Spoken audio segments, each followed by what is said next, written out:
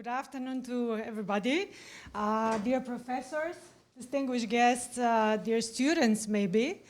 I'm really honored to be here with you today, and before I start my presentation, I really like to express my gratitude that I'm here with you. First, gratitude to the organizer of this wonderful conference, that I have received the invitation to participate as a conference speaker. I really hope that during this 2 days conference we will have enough time and enough opportunity to discuss on contemporary issues, not only regarding the ever closer union concept, but also regarding the national democracy, national sovereignty, constitutional identities of the member states in the European Union. So, as you see, the title of my presentation is consisted of 2 parts. And that's why my presentation also will have 2 parts. In the first one, I will shed a light on the most important issues regarding the ever closer union concept. And in the second part, I will stick on my country. It is dedicated on my country, Republic of Macedonia, and its specifics related to constitutional identity and many changes which we made in our constitutional identity regarding the pressure of 2 EU member states, first Greece and then Bulgaria, now Bulgaria, in the process of Macedonia Euro-Atlantic integration. I find the symbolism of these 2 parts in one most appropriate Hegel famous thought from his book, Philosophy of Right. And I will quote this thought. The owl of Minerva spread its wings only with the falling of dusk. Great symbolism, I will say, in a Macedonian case and also in the European Union case.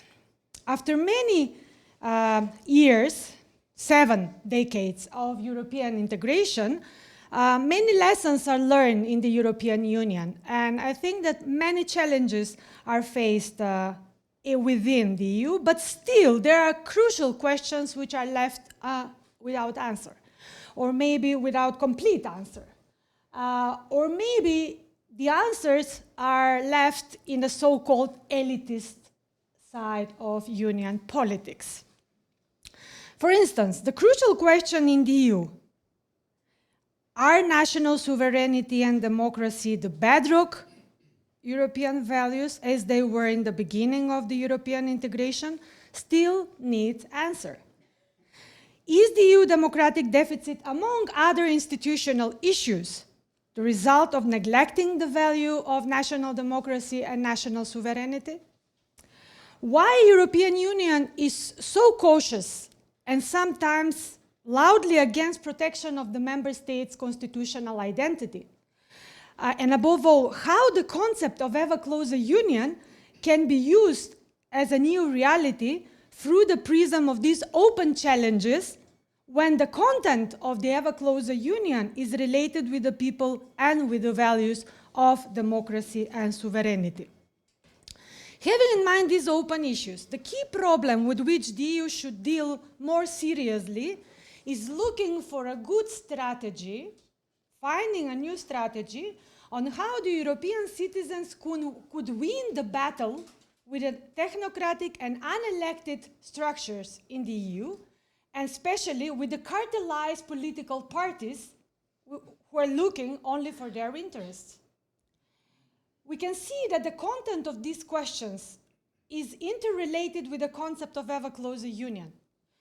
The more satisfactory answers we have related to these questions, the better concept of ever closer union we will have. But what is the EU reality? Despite its claims to be an ever closer union of the European people, most of the European citizens have an opinion that the EU operates as a private union of European political elites, from which the people, we, citizens, the demos, are excluded. For instance, the core of the EU business is done through Coreper, which handles 90% of the European legislation. Its proceedings are treated as a top state secret. Its documents are usually classified as non-papers. I don't know what does it mean, non-paper, EU regulation, EU rules, non-paper. Which means that we, as a public, we cannot be accessed, not as a public, but also by the press. Coreper prepared the regular meetings of the Council of the EU. And these documents, which are coming behind the closed doors, much of them are really not only destiny of the European citizens, but also the future of the European citizens.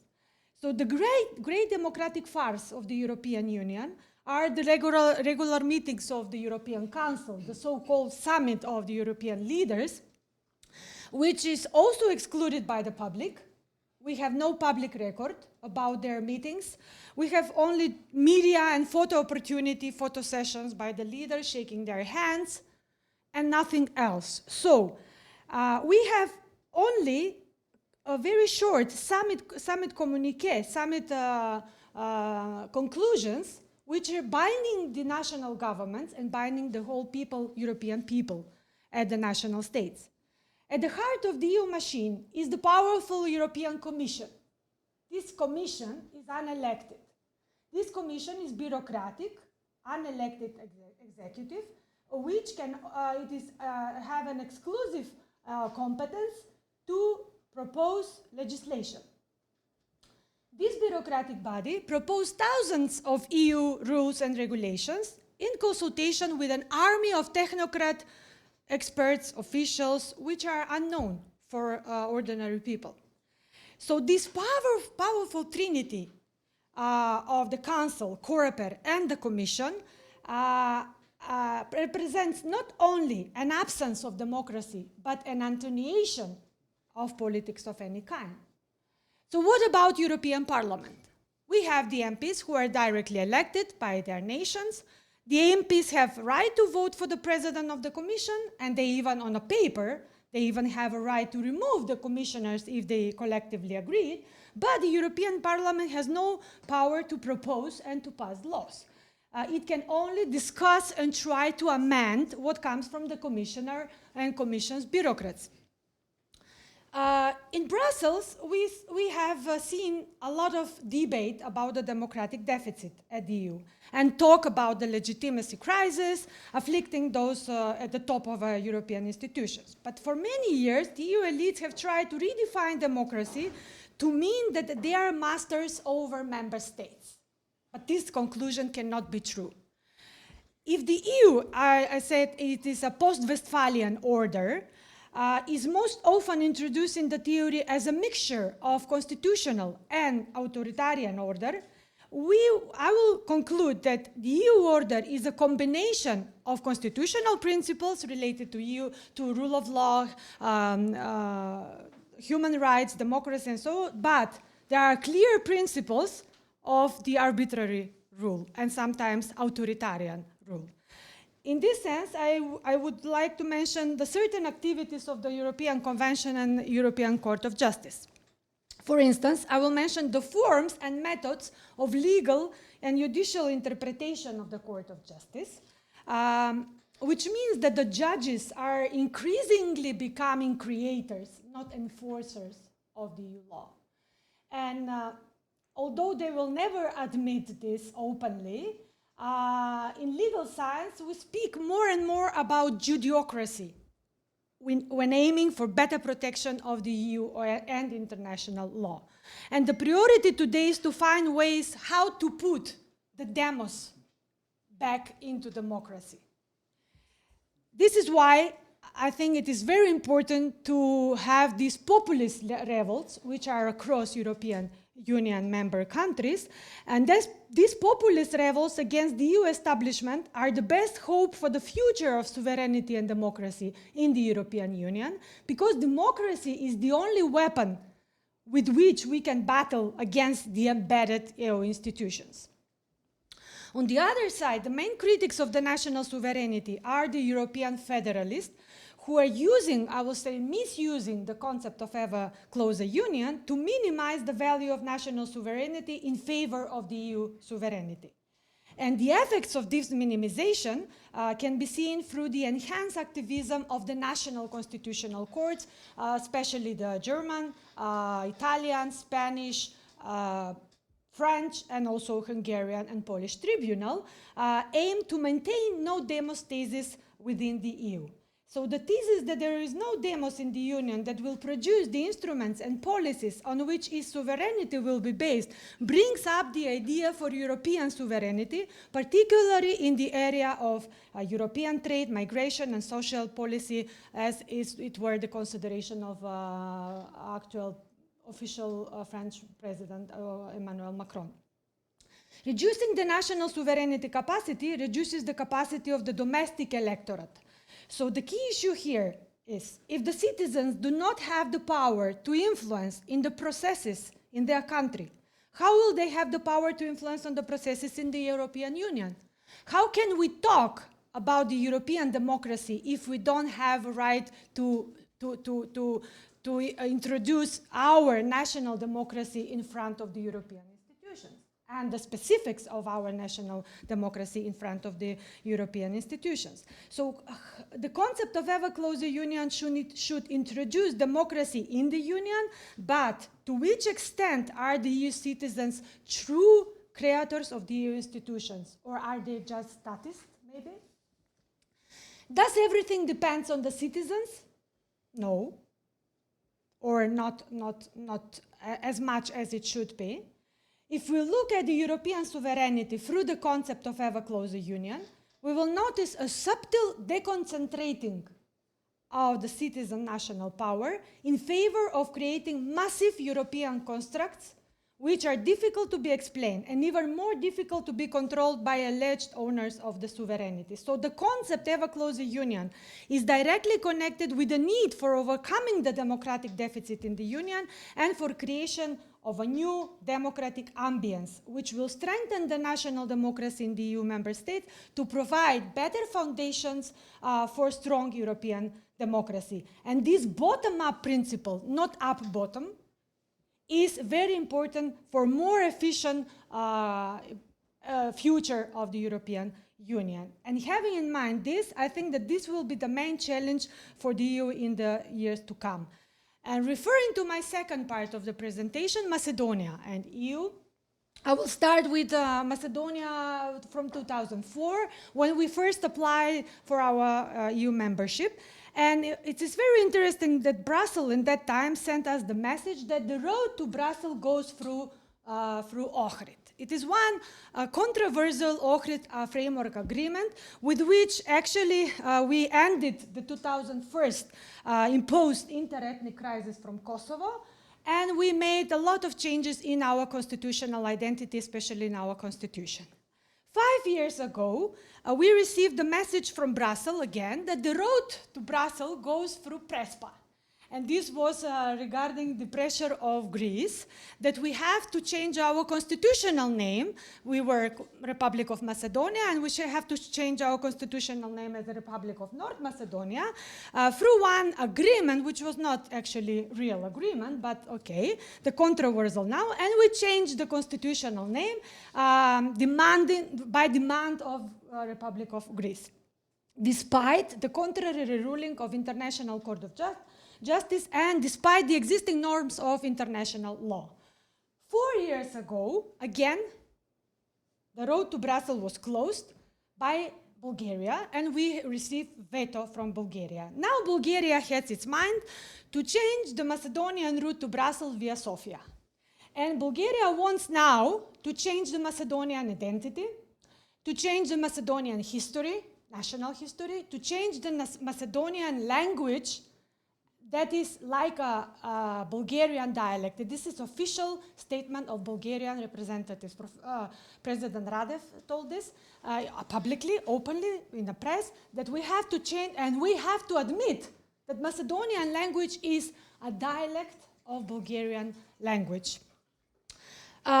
Also, this version of distorted version of history is not only against the Macedonian history, but also the history of the European Union.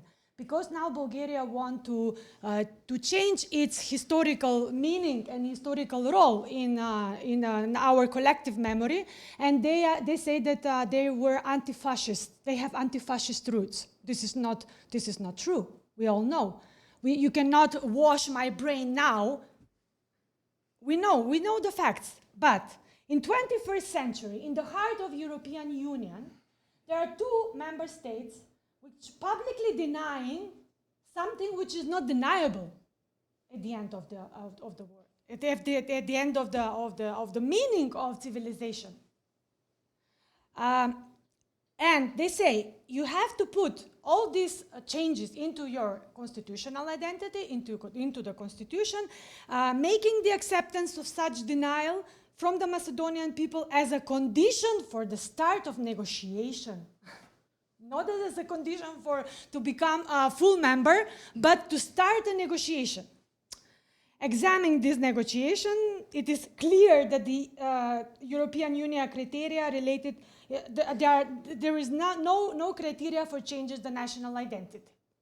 There is no criteria for changes the linguistic feature of the country. There is no criteria of changes constitutional identity and so on and so forth. So the Greek make first a political pressure and then make Bulgaria requirements if the country want to continue its European integration process.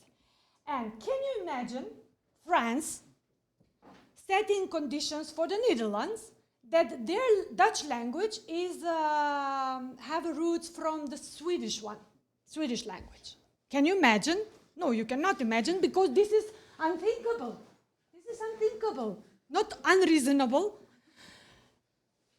I'm not so worried, honestly. I'm not so worried about the Greek and about the Bulgarian politicians. They have something in mind. The Macedonian national question and what it means, they are obsessed by the Macedonian national question. And unfortunately, in 21st century, the Macedonian question is as important as it was in 1913.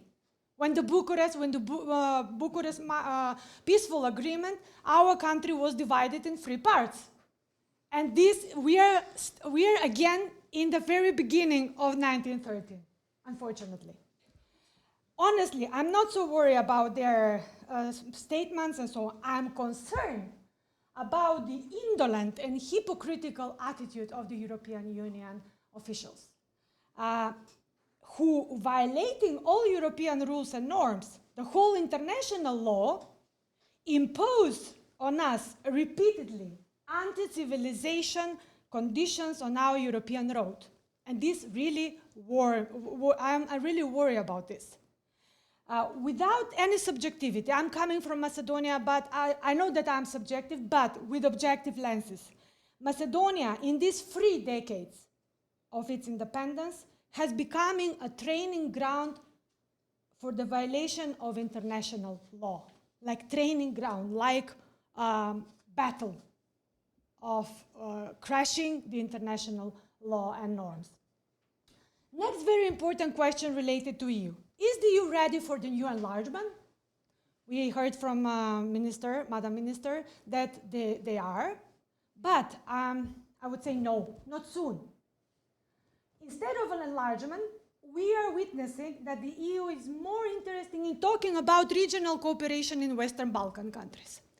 And this instrument has become an instrument of pressure by the countries of the wider region that are in a more preferential position. And I would like to emphasize that Macedonian citizens feel tired, really tired, of this empty rhetoric, empty shell rhetoric by the EU officials. And they feel that concessions are constantly being demanded of them and they get nothing in return. We are feeling that stick is always in our back, but we don't have even a slice of a carrot. Not a carrot, slice of a carrot. The region is connected to the EU. That is very, very important question. And the EU is a necessity for the region. It is clear. But we are now facing with a more and more complex phases of our European Union integration process. because we were faced now with the clusters, with a new French proposal of negotiation process, and so on and so forth. So, I have few questions regarding this EU integration process. What are the main criteria for joining the club? Political will, legal compliance, security issue. Do the non-Balkan countries fulfill all formal criteria? No, probably not. But do all the member states fulfill them? Are Bulgarian demands to Macedonia based on EU values? No.